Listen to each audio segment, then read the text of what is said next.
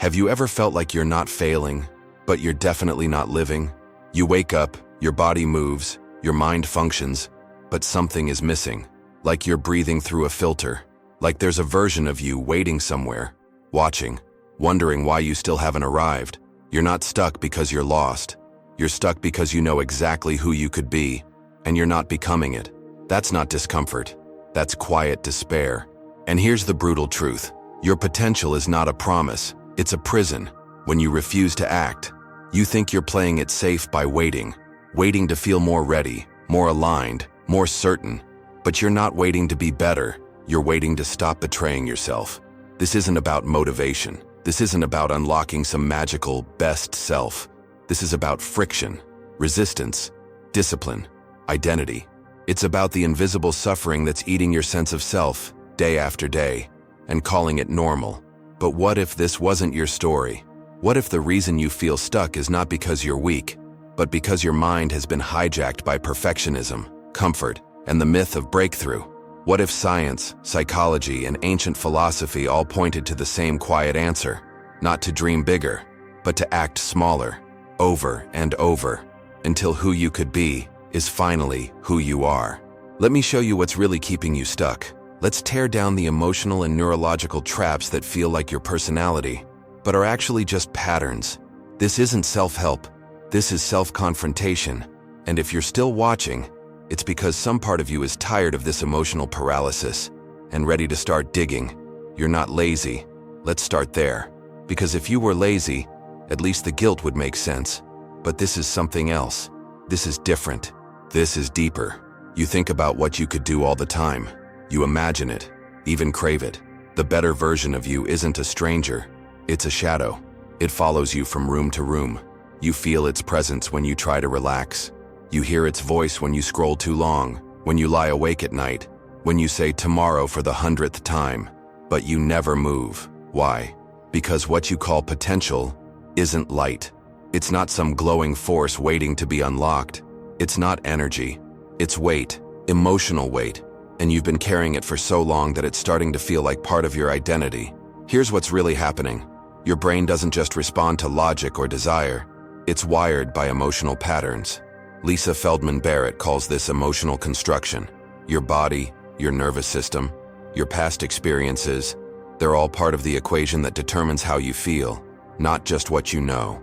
So when you say, I want to start, but feel stuck instead, it's not weakness. It's not a lack of willpower. It's conflict, internal friction.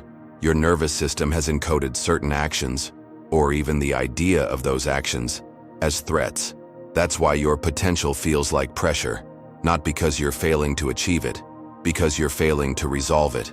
And the more aware you are, the smarter, the more self-reflective, the heavier it gets. Because now you don't just feel the weight, you understand it, you label it, you internalize it. And in that space between awareness and action, identity paralysis is born. This is where self-sabotage creeps in, not with drama, but in the form of delays. Tiny negotiations with yourself. Let me just get in the right mindset first. I'll start when I have more energy. But energy isn't coming, because clarity doesn't precede movement. Movement creates clarity. And yet, you hesitate. Because somewhere along the way you absorbed a lie, that if you feel friction it means you're doing it wrong. But that's not true. Friction is not a sign to stop. It's a sign you're crossing a threshold. Your emotional system isn't broken, it's just conditioned. And every time you retreat from the edge of discomfort, you reinforce the idea that your potential is dangerous. But what if it's not? What if that edge, that friction, is the birthplace of who you could be? You don't need more vision boards. You don't need better strategies. You need to stop treating potential like a destination and start treating it like a weight room, one you walk into daily, one you train in, even when it hurts. Because pain isn't the enemy, avoidance is. You tell yourself you're just not ready, that when the moment feels right, when you've got the energy, the time, the confidence, then you'll start. You genuinely believe this. But here's what's really happening. Your brain is lying to you, and not because it wants you to fail, but because it's addicted to the idea of progress, not actual progress. The idea. Neuroscientist Andrew Huberman describes the dopamine loop, that rewarding surge of anticipation, not accomplishment. Your brain spikes with motivation when you plan, when you imagine, when you organize, not when you execute. That's why writing the to-do list feels better than doing what's on it. That's why watching one more video about discipline gives you a hit of hope, but nothing changes. It's not procrastination, it's chemical seduction. You're not lazy. You're neurologically high on preparation, and your brain has learned to associate real action with risk, exposure, vulnerability, because taking action makes it real. It makes failure real. It makes you real. And somewhere deep down, that's terrifying. So instead of risking yourself, you perform progress. You gather information. You tweak your goals. You wait for clarity. But clarity doesn't come before movement, it comes from movement. And the longer you delay, the more this cycle cements into identity. You become the person who's working on it, the person who's figuring it out, the person who's always preparing but never arriving. And that illusion becomes comforting, because it lets you feel like you're doing something without ever confronting the pain of actual change. Here's the brutal part. Your addiction to preparation is the mask of your fear of exposure. You don't need more knowledge. You don't need more time. You need to stand up to the moment you keep postponing. This doesn't mean rushing recklessly. It means recognizing that your need to feel ready is a mirage, because readiness doesn't come before courage. It comes after, and courage, by its very nature, feels like discomfort. So if you're waiting to feel ease, you'll be waiting forever. You're not stuck because you're missing something. You're stuck because you're avoiding the one thing that actually creates momentum, movement through fear. The moment you move, imperfectly, awkwardly, vulnerably, is the moment the loop breaks. Because now, your brain starts to associate discomfort with growth, not danger. And that rewiring is the beginning of agency. You don't need motivation to act. You need to act to interrupt the illusion of motivation. And that brings us to the deeper trap, the moment when awareness itself becomes a cage, when knowing what to do only adds weight to your inaction. Let's go there next. You know too much, and it's killing your momentum. You've read the books. You've done the journaling.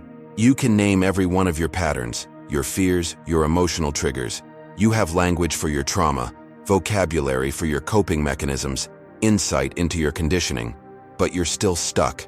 And that's not because you're broken. It's because knowledge, without embodiment, becomes a trap. Here's what's really happening. Your self-awareness is no longer a tool. It's a shield. You've learned to intellectualize your pain instead of moving through it. And in doing so, you've built an identity around understanding yourself, but not becoming yourself. Daniel Siegel calls this the curse of unintegrated metacognition, the capacity to think about your own thoughts, feel your own emotions, analyze your own experience, without grounding it in action. So now, every insight becomes another weight. You don't just notice your fear. You name it, dissect it, spiral into it. You don't just feel shame. You turn it into a psychological thesis. But nothing changes, because you're not using insight to transform. You're using it to delay. You've replaced movement with reflection, agency with analysis. And the more you understand yourself, the further you drift from yourself. This is how emotional intelligence backfires. Not because it's wrong, but because it becomes a performance. You say all the right things. You sound evolved. You talk about boundaries, cycles, trauma responses. But behind the language is a body that hasn't moved, a mind that keeps looping, a life that remains paused. Here's the brutal truth. Insight without action is not wisdom. It's emotional self-sabotage. You're not stuck because you don't know what's wrong. You're stuck because you've turned knowing into hiding. You've become so good at naming the problem that it feels like you're solving it. But healing isn't an idea. Change isn't a concept. Growth doesn't happen in your head. It happens in your spine, your gut, your lungs, your hands. It happens in the tremble of discomfort, in the awkward attempt, in the repetition of small, brave steps. And the longer you stay in your mind, the more disconnected you become from your body. And once you're disconnected from your body, you lose access to truth, to movement, to timing, to life. So the next time you catch yourself spiraling in insight, ask yourself this: am I using this reflection to reconnect or to retreat? Because understanding your fear will never be the same as walking through it. And that's where we turn next, to the existential agony of knowing what's possible, but never becoming it, to the slow, invisible death of unrealized self, to the despair Kierkegaard warned us about, the disease of the possible. You're not haunted by what you've done. You're haunted by what you haven't become. This is the most painful kind of despair, the kind Kierkegaard described not as failure, but as fragmentation, a quiet war between the self you live as and the self you know you're meant to become. And it doesn't scream, it whispers. In the morning, when your eyes open and your body moves automatically, in the moments of silence, when your inner voice drifts toward possibility and then quickly pulls away. It's not loud, but it never leaves. Here's what's really happening. Kierkegaard called this the sickness of the soul, not because you're sick in the clinical sense, but because you're split, divided, and you feel that fracture everywhere. In your lack of direction, your emotional fatigue, your inability to commit to what you say you want. It's not that you don't have options, it's that you've drowned in them. And the more possibilities you see, the more powerless you feel to choose. Because choosing one future means letting others die. And letting go, truly letting go, feels like killing a part of yourself. So instead, you hover. You exist in a fog of maybe, not fully living, not fully dying, just almost. And this is where despair thrives, not in dramatic breakdowns, but in slow erosion, the slow disintegration of meaning, the slow fading of identity, the slow detachment from the life you say you want. Kierkegaard warned that the worst despair isn't the kind that knows it's despair. It's the one that wears a mask. The mask of fine, the mask of still figuring it out, the mask of working on it. And the longer you wear that mask, the harder it is to remember who's underneath. Because every time you ignore that deeper pull, the call to grow, to act, to choose, you don't just delay your potential, you weaken your connection to it. You think you're protecting yourself by waiting, but really, you're dissolving, not in one moment, but over hundreds of silent days. You start to forget what you wanted. You start to doubt who you are. You start to settle for a version of life that doesn't hurt, but also doesn't heal. And that's despair. Not the absence of possibility, but the refusal to become what is possible. So if you've felt disconnected, disoriented, emotionally flat, it's not because you're empty. It's because your potential is rotting in a cage of almost. And that rot has a name: invisible suffering, comfortable paralysis, a self untouched by risk. But we weren't built to hover. We were built to become. And to become, we must first confront the lie that our suffering keeps us safe. That's where we're going next. You don't stay stuck because you're weak. You stay stuck because part of you believes it's safer that way. After all, there's something seductive about invisible suffering. The kind that doesn't scream, doesn't bleed, doesn't collapse in public. It's quiet, manageable, familiar. And that's the trap. Because even when you ache for change, you're still negotiating with a part of yourself that's terrified of what that change might cost. Here's what's really happening. Psychologist Susan David calls this emotional rigidity. When your identity becomes fused with your pain, it doesn't mean you like it. It just means you've lived with it long enough that it's begun to feel like home. And the body, the nervous system, remembers home. So even when something better calls to you, even when you imagine freedom, purpose, movement, part of you pulls back. Not because you don't want it, but because safety isn't defined by what's good. It's defined by what's known. This is why you can crave growth and sabotage it at the same time. Why you can hate your patterns and still repeat them. Because stepping into something new, something unfamiliar, even something healthier, forces you to let go of the suffering that's been holding your identity together. And without that suffering, who are you? That's the brutal question. Because when you've wrapped your self-worth around surviving, healing can feel like death. When you've built connection through pain, peace can feel like isolation. When you've been validated by your struggle, letting go of it can feel like erasing yourself. So you stay. You stay in the job that drains you. You stay in the habits that numb you. You stay in the mindsets that quietly decay you. Not because they serve you, but because they're familiar. Because your nervous system has mistaken the pain for safety. And here's the cruel twist. Your mind would rather suffer predictably than risk joy chaotically. This is how invisible suffering protects itself, through stories, justifications, comfort zones disguised as logic. Now's not the right time. Maybe I'm just not that kind of person. It's not that bad. But the longer you repeat those lines, the deeper the groove becomes. And eventually, that groove becomes identity, and identity becomes a prison. You're not stuck in your circumstances. You're stuck in your loyalty to who you've been in them. But what if loyalty isn't the same as love? What if honoring your pain doesn't mean clinging to it? Because healing isn't betrayal, it's return. Not to who you were, but to who you've always been beneath the survival. And that return begins by shattering one of the most damaging myths of all. That transformation has to be dramatic. That breakthrough only comes in lightning. What if the real change is quieter, slower, and closer than you think? That's where we're heading next. You've been waiting for something big, a shift, a sign, a surge of clarity that finally unlocks everything. You think it'll feel like lightning, like a floodgate opening. But that's not how real change works. And deep down you know that, because if it did, you'd already be different. But here's what's really happening. You've been sold a fantasy. That transformation arrives in a single, sweeping moment. A perfect alignment of motivation and opportunity, followed by a dramatic leap forward. But your brain doesn't change through drama. It changes through pattern. Matthew Huberman, a neuroscientist who studies the social brain, explains how we're wired not for epiphany, but for repetition. Your nervous system is shaped by consistency, tiny cues of safety, small wins, micro-validations. This is how identity forms. This is how habits harden. And this is why waiting for a breakthrough keeps you frozen. Because every day you wait, you're reinforcing the wrong pattern. The pattern of delay, of hesitation, of inaction dressed up as hope. You think you're being patient, but really, you're outsourcing your agency to a fantasy. The truth? The moment that changes your life will never feel like the moment that changes your life.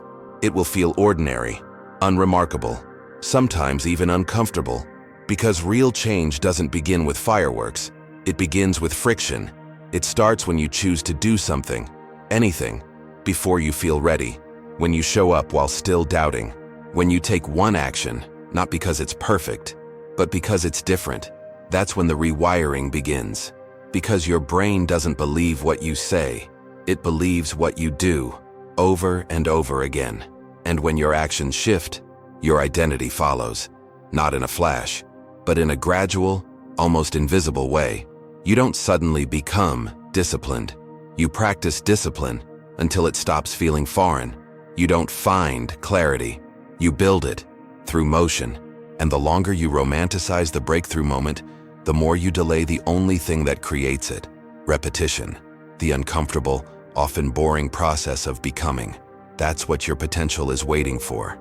Not your belief, your behavior. So if you're still waiting for your big moment, stop.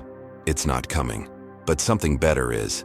The quiet power of consistency. The slow return of agency. The identity that forms when you stop needing to feel different and start acting differently. You don't need a sign. You need a signal. From yourself. A choice. A pattern. A beginning. And that beginning will ask something from you. Not effort for one day, but effort despite the days. But what happens when that effort collapses? When striving becomes exhaustion? When even your will to improve starts to break you? That's what we face next. The shadow side of discipline. The will that devours itself. You've been pushing, working harder, getting up earlier, forcing focus, fighting resistance, trying to climb your way out of stagnation through sheer willpower. And maybe it worked, for a while.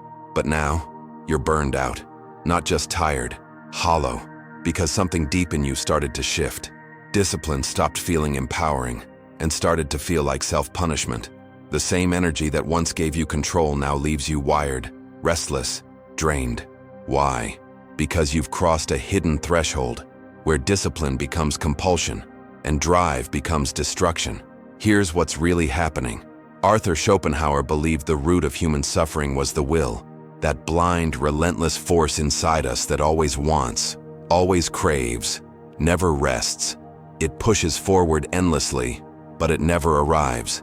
And if left unchecked, it doesn't liberate you. It consumes you. That's the danger of self-development without self-connection. You begin with purpose, but you end with obsession. You start by wanting to evolve and end up trying to outrun yourself. Your habits become harsh. Your routines become rigid. Your goals stop being choices and start feeling like demands. You become your own taskmaster, and even your healing starts to feel like punishment. But here's the paradox. You're still stuck in potential, not because you're doing nothing, but because you're doing everything from fear. Fear of being average, fear of wasting time, fear of being forgotten, fear of being exposed as not enough. So you overwork, you overstimulate, you overanalyze, but no matter how hard you try, it never feels like progress, because striving born from fear doesn't build you, it drains you, and eventually, you don't know if you're moving forward or just spinning harder in place. This is the collapse beneath the surface, the emotional depletion that comes from trying to discipline yourself without compassion, from turning growth into a grind, from chasing worth instead of claiming it. Your nervous system can't sustain this. Your mind starts to rebel. You lose joy, curiosity, creativity, and then the final crack forms. You start resenting the very path that was supposed to free you, not because discipline is wrong, but because you've weaponized it. You've confused effort with violence. You've confused pressure with power. But becoming who you are is not about forcing forward. It's about realigning the source of your movement. Not fear, not shame, not urgency, but clarity, intention, rhythm, a will that is directed, not devouring. Because if you keep pushing from emptiness, you will break. And no system, mental, physical, emotional, thrives in survival mode forever. So maybe the answer isn't more will. Maybe it's softer discipline, slower steps, sharper awareness, actions rooted in self-respect, not self-erasure. Because the will can build, but only when it listens. And that's where we go next. Not to force, but to flow, to the ancient clarity of Stoicism, to the motion that rebuilds what compulsion destroyed. You're not broken. You're buried, under pressure, under patterns, under a life that trained you to perform instead of live. But here's the truth. You've made it this far, and that means there's something inside you that never gave up. Even when you stalled, even when you self-sabotaged, even when you mistook your potential for punishment, you were still here, still listening, still looking for a way out. That matters, because you're not just stuck. You're standing at a turning point, and it doesn't need to be dramatic. It just needs to be real. And this leads us to something ancient and honest. Marcus Aurelius called it logos, the inner thread of reason, rhythm, and direction. The discipline not of force, but of alignment, of showing up in the world as a deliberate act of self-respect. This is the power of Stoicism, not cold control, not emotional detachment, but movement. Meaningful, grounded, conscious movement. Not feel ready, not wait for clarity, just act with intention. Because clarity lives on the other side of consistency. You don't meditate once and become mindful. You don't write a plan and become disciplined. You don't take one brave step and become fearless. You become through practice. And that's what Stoicism teaches us. That greatness isn't a moment, it's a ritual. That power isn't noise, it's direction. That purpose isn't found, it's built through friction, repetition, and choice. And no, it won't feel magical. At first, it might even feel mechanical. But eventually, that motion starts to rewire your identity. Not by erasing your fear, but by teaching you how to move with it. Because the goal isn't to escape your past. The goal is to stop letting it decide your future. You're not a prisoner of potential. You're a pattern in progress. And every time you act, even when it's small, even when it's boring, you vote for the version of yourself you actually want to live as. That's what agency is. Not control over everything, but authorship over something. Your morning, your words, your reactions, your rituals. And this isn't about becoming perfect. It's about becoming you, fully, consciously, intentionally. Because the most painful place to live is between who you are and who you know you could be. But the bridge across that gap isn't built on motivation. It's built on action, on discipline that listens, on self-respect disguised as routine. And the moment you take one honest step toward that life, without waiting, without wishing, is the moment your potential stops haunting you and starts becoming you. You don't need to feel different to live differently. You just need to begin. And now, you know how. You've seen the traps. You've named the patterns. You've stood face to face with the truth. So what happens next isn't magic. It's practice. And the next chapter of your life, it gets written in motion. You've just walked through the invisible battlefield most people never talk about. Not the war between success and failure, but the quieter war between awareness and action. between potential and paralysis, between the life you're living and the life you still feel inside you, waiting. And now you see it clearly. You were never stuck because you lacked ambition, or intelligence, or even discipline. You were stuck because you believed the lies your nervous system kept whispering. Wait to feel ready. Pain means you're doing it wrong. Maybe you're just not that person. But now, you know better. You know potential isn't power until it becomes pattern. You know the pain of not becoming is often sharper than the pain of failing. You know that overthinking, invisible suffering, and perfectionism aren't personality traits. They're learned protections. And now, they're choices you no longer have to keep making. You don't escape this trap by dreaming bigger. You escape it by acting smaller, again and again, until your nervous system believes you. This isn't motivation. This is movement with meaning. This is reclaiming your agency, not all at once but in moments. Moments where you choose clarity over chaos, discipline over impulse, and self-respect over self-sabotage. Because becoming isn't something that happens to you. It's something you practice. Not because you're broken, but because you're becoming whole again. And here's what I want you to remember, deeply. The version of you that you've been mourning isn't gone. They're not waiting at some finish line. They're buried beneath hesitation, fear, and the myth of readiness. And the only way back to them is forward. Forward through discomfort. Forward through repetition. Forward through small, consistent decisions that say, I'm no longer negotiating with my potential. I'm embodying it. So here's what you do next. Rewatch the chapter that hit the hardest. Not for entertainment, for integration. Pick one pattern, the one that holds you back most, and design one action to break it today. Not tomorrow, not Monday, now. If this hit a nerve, it's because something real inside you just woke up. You're not broken, you're buried. Start digging. And if this spoke to you, stay with us.